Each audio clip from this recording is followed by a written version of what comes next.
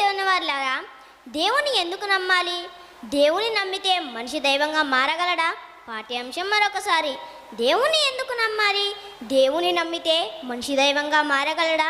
ప్రియులారా, దేవుని నమ్మండి అని మనం ఎవరైనా అడిగితే, దేవుని నమ్మితే నాకు లాభం ఏంటి అని అంటున్నారు.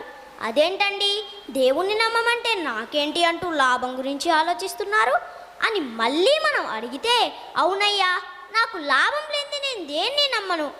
అంతెందుకు, నా భార్యని నమ్మాను, ఎందుకంటే ఆమె నాకు పనులు చేసి పెడుతుంది, నాకు లైఫ్ లాంగ్ తోడుంటుంది, పైగా బోల్డంత కట్నం కూడా తెచ్చింది. అలాగే నా కొడుకుని నేను నమ్మాను, ఎందుకంటే నా కష్టాలలో తోడుంటాడు, నా వృద్ధాప్యంలో నన్ను ఆదరిస్తాడు. అదేవిధంగా డబ్బుని నేను నమ్మాను, అది నా అవసరాలు తీరుస్తుంది, నా ఉద్యోగాన్ని నేను నమ్మాను, అది నాకు డబ్బులు ఇస్తుంది అని చెప్తున్నాడు. ఇలా మనిషి బంధాలను కూడా లాభాల కోసమే